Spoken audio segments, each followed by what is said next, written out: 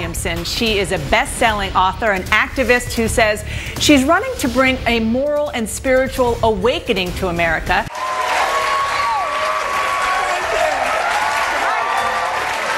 Thank you so much.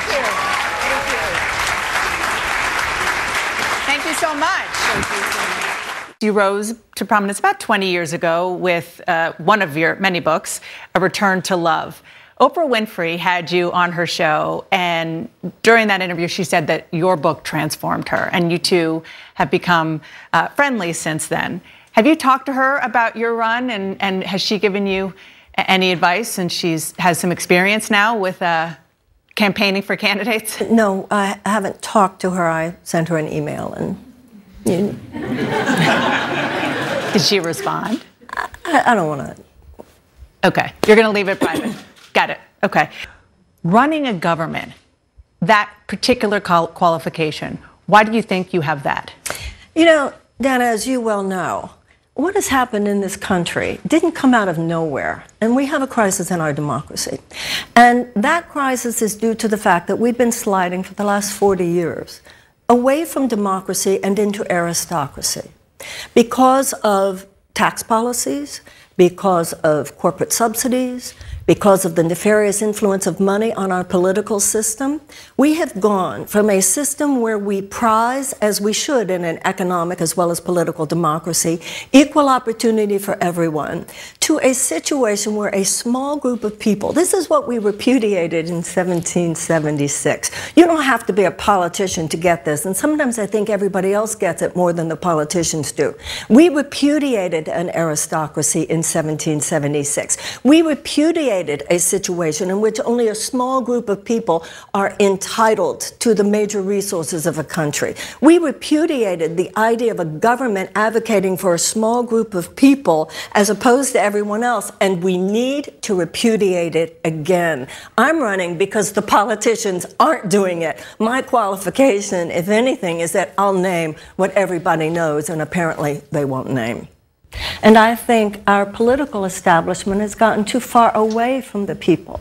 We have a political establishment that doesn't get to the heart of the matter, doesn't speak to what's really wrong. Politicians don't really get down and talk about what's really wrong, even though they know it.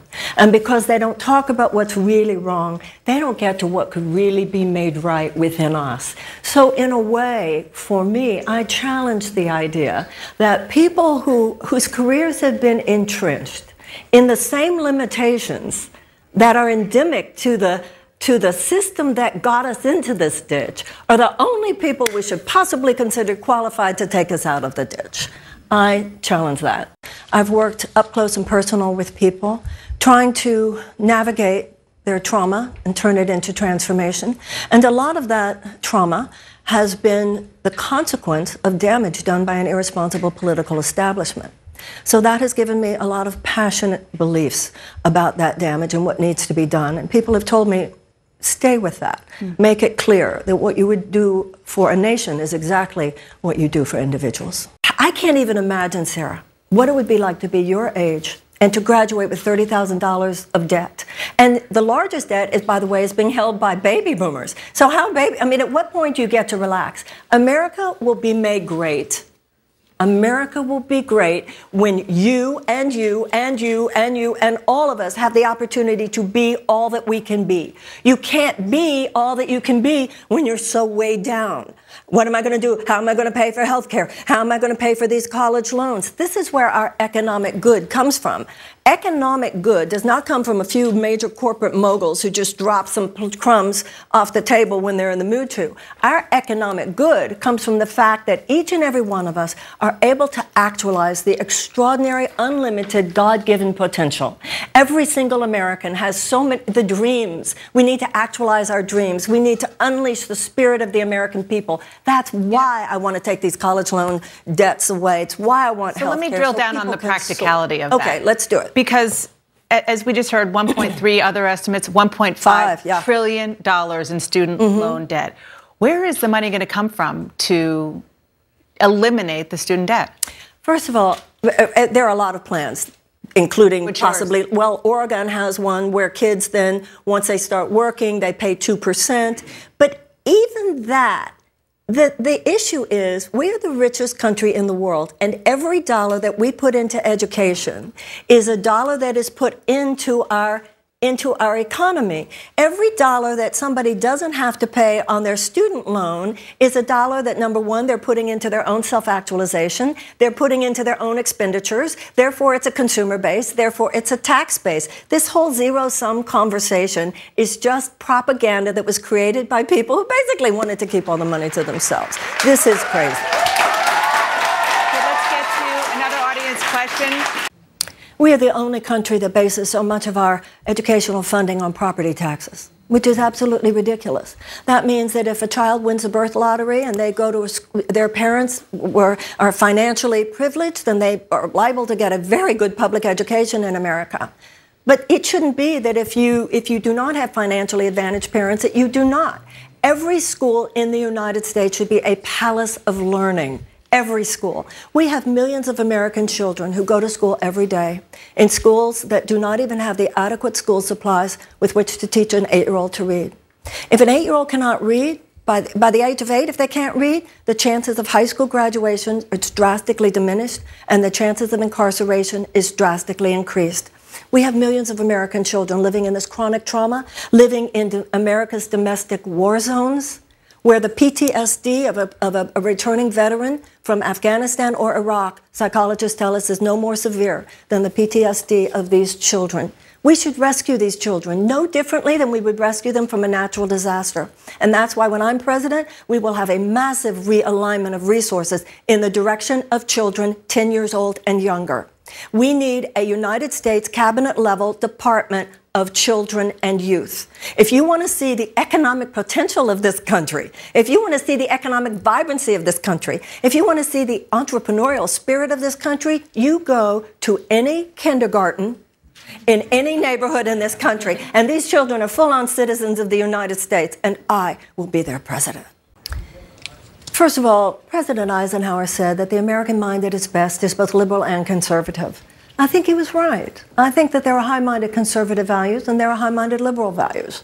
And they are sort of a yin and yang, a complementary dance at their best. The things that are a real problem in America today, that are serious opponents of democracy and that are an assault on our democratic freedoms, aren't conservative any more than they're liberal. They're an authoritarian corporatism. So I think high-minded conservatives would know that in me, they have a friend and they have someone ready for an honorable debate and a gracious conversation. Now, you mentioned two particular issues. You mentioned abortion and you mentioned gun rights. Now, on the issue of abortion, I believe that abortion is a moral issue.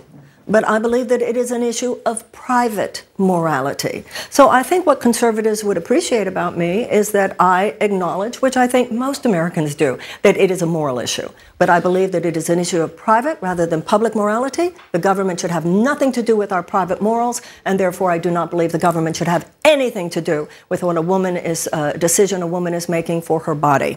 Anything that she does or does not do. So I think that conservatives would feel my acknowledgement of the moral issue. Once again, it's private and not public. In terms of guns, I certainly understand that it's a Second Amendment right, and I even agree with the conservative position about why the founders put it there. So there's no problem with that for me. However, we know that they were talking about a well-organized militia, and we know that our gun policies in the United States are not driven by Second Amendment. That's just an illusion. That's just propaganda. This has nothing to do with the Second Amendment. You know, we don't adequately fight climate change because of profits for fossil fuel companies. We don't have universal health care because of short-term profits for health insurance companies and big pharma. We don't wage peace as much as we wage war because of short-term profits for defense contractors. And we don't have common sense gun safety legislation because, God forbid, it should cut into the short-term profits of gun manufacturers. That is immoral. That is obscene. And this is an example of how the new aristocracy works. It overrides the will of the American people. The majority of the American people want universal background checks. The majority of the American people want to outlaw bump stocks. The majority of the American people want to get these military assault rifles out of the hands of the average citizen. And until the American people realize that we absolutely must, we need To fix our democracy, we need to get rid of the nefarious influence of money on our political system. We're going to ultimately need a constitutional amendment establishing public funding for federal campaigns. But until then, if you want common sense gun safety legislation, you're going to not only have to vote for a president who stands for that, you're going to have to vote for congresspeople who stand for that and senators who stand for that. This issue is in your hands. A very serious come to truth meeting. With everyone from Mark Zuckerberg to everybody else concerned with the U.S. technology companies such as Facebook. I want to hear their ideas. I want to hear the ideas of the various experts who actually set up those systems, et cetera. And in terms of the voting machines, we must have paper ballots. We absolutely must have paper ballots. But in addition to this, I want to say something. No matter who's messing with the United States, and no matter what form they're messing with the United States, there's only one thing that none of those forces will be able to counter, and that is an uprising of passion and consciousness on the part of the American people. We must vote. Too much of what has happened. Let's get to the next question. It's not just one of our greatest challenges, it is the greatest moral challenge of our age. We would have, if I were president of the United States, a world-class environmentalist at the head of the EPA. No more chemical company executives heading the EPA. No more oil company executives heading the EPA. It would be a magnet for the most powerfully brilliant environmental scientists, sustainability experts, et cetera. The people at the EPA would know that the President of the United States has your back. The full force of the executive branch of the U.S. government would be put at your back. I know we have 12 years. And I would say to the American people, the debate is over. I would say to the American people, as I'm saying to you now, you know all those forces like the fossil fuel companies that have spent all those billions of dollars obstructing climate change, the adequate response to climate change? They were wrong before, and they're wrong now. And hopefully what I can help provide is a consensus among the American people that we need to be on this now. We need to sequester this carbon. We need carbon sequestration. We need the reforestation. We need to deal with the animal factory farming. We need to develop sustainable energy systems. We need new modes of electric transportation, et cetera.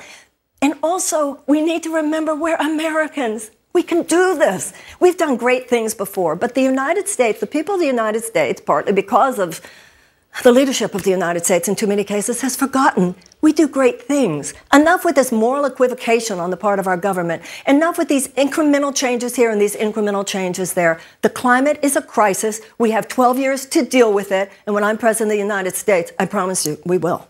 I'd like to see a Medicare for all type of plan that's presented as a public option. I think a lot of people would gravitate to that. And I think in addition, if people want to have private insurance, if they like their private insurers or want to augment it, then they should be able to. To me, the issue is not just the technicality. The issue is not just how are we going to do that. The issue is why are we going to do that. The reason we're going to do that is because you are a citizen of the United States. You should not have to worry about any of this in the richest country in the world. No citizen in the richest country of the world should have to be worrying about this. And by the way, the stress that so many people feel based on what will I do if I get sick? And what will I do if one of my children gets sick? The fact that 40% of all Americans are struggling on a daily basis to make those basic costs of health care and rent and transportation and food causes sickness. That's part of the stress, the economic stress, and the fact we don't have health care, and the fact we don't know how we're going to pay our college loans, and we don't know how we're going to pay our kids to go to college, is part of the unhealthy aspect. So what we do with health care in the United States is that once people are already sick, we're talking about how to provide health care. But we need to have a deeper conversation in this country. We don't really have a health care system. We have a sickness care system. Because what we're saying is, okay, once people get sick, what do we do about it? When I'm president, we're going to be talking about how to create greater health from the beginning. And that's going to save a lot of money, by the way. There is so much about our diet, so much about our lifestyle, and so much about the economic stress that actually causes these very conditions that produce illness. That's why if we're really going to talk about health in America, we have to talk about our chemical policies. We have to talk about the foods, the toxins, the carcinogens in our food. We have to talk about our environmental policies. So we need to go a lot deeper. The old politics talks about how we're going to take care of you if you get sick. The new politics and what you're going to have if I'm president, we're going to talk about how you might live well. My father was an immigration lawyer, and my brother is an immigration lawyer, and all four of my grandparents came through Ellis Island. I grew up as a child going to those ceremonies where I saw people become, the ceremony by which they became U.S. citizens. And I'm very aware that the average person who becomes a citizen of the United States, because of what they have to go through in order to do so, actually knows more about American civics, American history, and the American Constitution than the average American born here does. So I have had a lifetime of deep, visceral understanding of the gift that immigrants are to this country. It is a foundational moral and spiritual as well as political issue in this country. The real crisis is the human despair and desperation that has led them to take their children on their backs over hundreds and even thousands of miles of desert. Nobody does this because things are going well.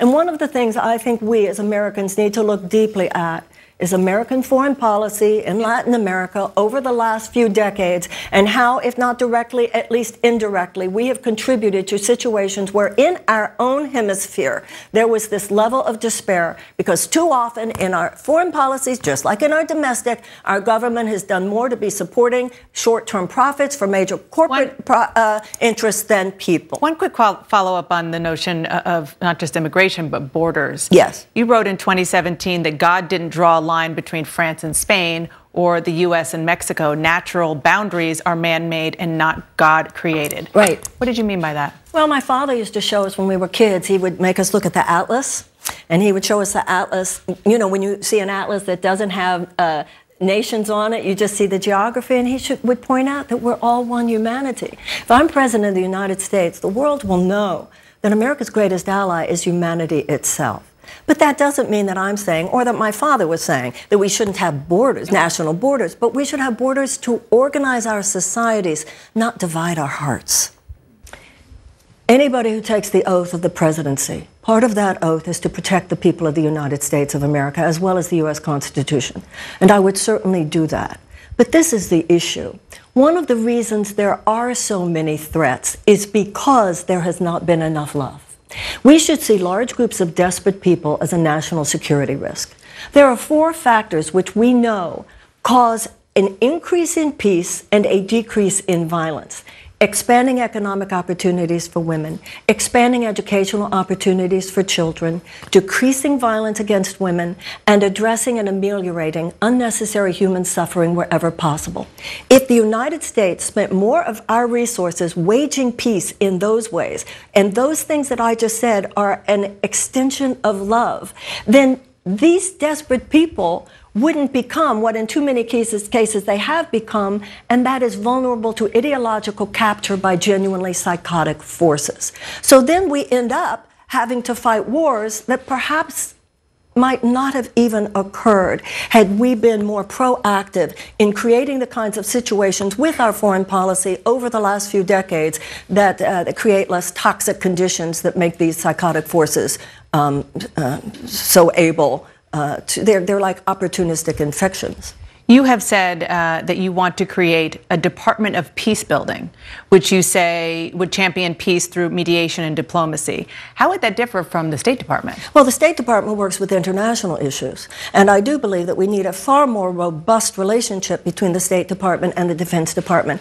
I have great respect for the U.S. military. We all should and must. My father fought in World War II. And as I said, you know, you're the president, you're the commander-in-chief. But I see the military like a surgeon. If you're going to have surgery, you want to have the best surgeon. And I don't think anyone would doubt that in America has to have the best possible military.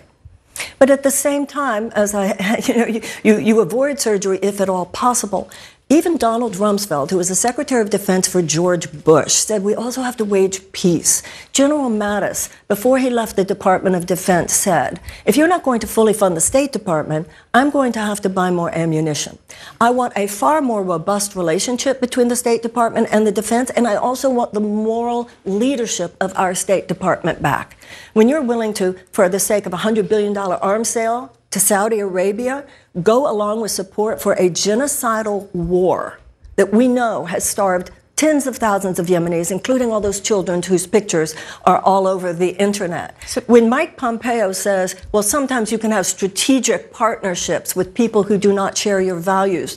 No, you can't, Dana. It means you have sacrificed your values. So I want the moral principles, the moral core of American foreign policy back. People all over this world used to see the United States as a moral leader. I don't think they ever thought we had it perfect, but that we always tried, and they don't see that anymore. So I want robust peace waging and peace creation on the part of the State Department. I want the moral principles that should be central to American foreign policy back. And then a U.S. Department of Peace Creation has to do with domestic issues. We have millions of American children living in chronic trauma. We have the most violent streets. We have domestic war zones in this country. We need wraparound services, anti-trauma, restorative justice, conflict resolution, domestic. We want to get to, we have questions. I believe that the United States must have an absolute, simultaneous, and equal support of the legitimate security concerns of Israel and the human rights and dignities and economic opportunities of the Palestinian people. It has been a long time since the United States could actually be considered by either side as an honest broker. With me as president, they will know that they have in the United States a president who listens deeply and totally hears. The leaders of the Palestinian Authority will know that I listen very deeply, I hear you very deeply, and nothing you say is going to sway me from my commitment to the legitimate security of Israel. And Israeli leaders similarly will know I hear you, I understand, but nothing you say is going to sway me from my commitment to the human rights and the dignity of the Palestinian people. You know, when people want to do things like tax cuts for the very, very wealthiest, or invasions, invasions of countries that didn't even do anything to us, nobody asks where they're going to reallocate the money from. The issue of reparations is an issue that speaks to what I was saying before. We need to get real in this country. We need to talk about what's really going on in this country. I don't believe that the average American is a racist. I actually don't. But I do believe that the average American is vastly undereducated about the history of race in the United States. And at the end of the Civil War, there were 4 to 5 million slaves in the United States. And General Tecumseh Sherman promised at that time 40 acres and a mule for every former slave family. That money, well, most of the time that acreage was not given. Even when it was given, most of the time it was taken away. The economic gap, and remember that 2.5 centuries of slavery was followed by 100 years of what today we would call domestic terrorism. You know, what do you call lynchings if not domestic terrorism? What do you call Ku Klux Klan if not domestic terrorism? Full-on institutionalized white supremacy and segregation. Even though we answered that with the Civil Rights Act that dismantled segregation, the Voting Rights Act that gave equal rights of voting to black people, even that we've started chipping away at since 2013. We have mass incarceration. We have racial disparity in sentencing. This is not a debt we can afford to delay any longer. The economic restitution for 2.5 centuries of slavery, followed by 100 years of domestic terrorism. Germany has paid $89 billion to Jewish organizations since World War II. And in 1988, Ronald Reagan signed the American Civil Liberties Act, where all surviving prisoners from the Japanese internment camps during World War II were paid between $20,000 and $22,000. It's simply a debt we owe. This country will not heal until we take a serious moral inventory. People, a nation must undergo the same level of deep moral inventory, admission of our character defects. Racism is a character defect. Let's end this. Let's fix this. Let's solve this. Reparations won't end everything, but it will be a profound gift. It implies a mea culpa. It implies a recognition of a debt owed, and therefore it carries not only economic power, but spiritual force. Whatever it costs, it's time to do this. I want you to know why I would support you as an LGBTQ person. I would support you because you're an American. I don't want to just talk to you as a lesbian, as an LGBTQ. I don't want to talk to somebody else because you're black, you're white, you're gay, you're straight, you're Jew, you're Christian, you're Muslim. I want to talk to you because you're an American. All men are created equal. That's what it says in our Declaration of Independence. It says in our Declaration of Independence, which all of us need to take into our hearts again. It's not enough for these principles to just be inscribed on marble walls somewhere or written on parchment behind glass. You were talking about being Jewish. It says in Judaism, every generation must rediscover God for itself. Every generation must rediscover these principles for ourselves. God gave unalienable rights of life, of liberty, and the pursuit of happiness to all men, and governments are instituted among men to secure those rights. Martin Luther King said, "Injustice anywhere is a threat to justice everywhere." I'm not a lesbian woman, but what you do to a lesbian, you do to me. Stop right there. The book is not a religious text. It's a psychological mind training on forgiveness. It's a book about how to forgive. It uses Christian terminology, but there's no dogma, there's no doctrine. It's not a religion. And the Course in Miracles is based on universal spiritual themes that are at the heart of all the great religious teachings of the world. I think if anything, it's made me a better Jew. How so? Well, because I think that the actual practice, you know, the basic themes, my favorite Jewish principle, there is a part from the Talmud that says the following: do not be daunted by the enormity of the world's grief. Do justly, love mercy, and walk humbly. You are not obligated to complete the task, but neither are you permitted to abandon it. I think a study of A Course in Miracles has given me more practical understanding of how to do that, how to love mercy, how to do justice, how to walk humbly, and how to make sure that I, although I'm not obligated to complete the task, I certainly do all I can to get it done in the time that I have here. I think far more people in this country love than hate. Far more, and that's true in this world. The problem we have today is that those who hate with conviction, and conviction is a force multiplier. Those who hate today, those who fear, they are effective, they are organized, and they are convicted. Those of us who love now need to become convicted and organized and strategized. We need to do more than small random acts of kindness. We need huge strategized acts of doing the right thing. Look at terrorism. We know that how powerful it is when it is turned into a political force, but it's nothing compared to how powerful love is when it's turned into a political force. That's what I'm trying to do with my campaign. That's the message I'm giving. What we need to do is the right thing. We need to rescue these children. We need to pay reparations. We need to wage peace. We need to purify the heart of a nation, just like we need to purify our own hearts. And then when we do that, when we're honest about the darkness we need to deal with, we will get to such incredible light, and we will have a new birth of freedom.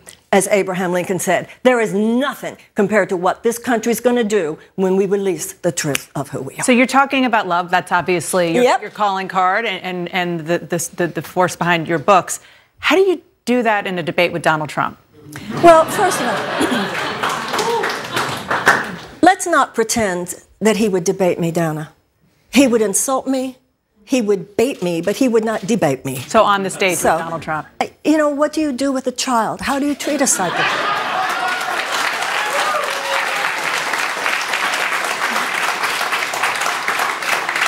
I would not go in expecting a reasonable conversation. I would be open to a reasonable conversation. I would not go in expecting one.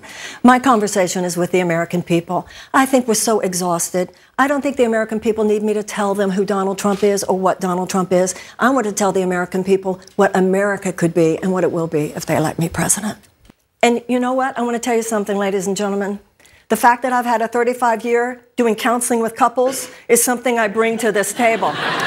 Marianne Williamson, thank you so much. Thank you. Appreciate it. Don't go anywhere, everyone.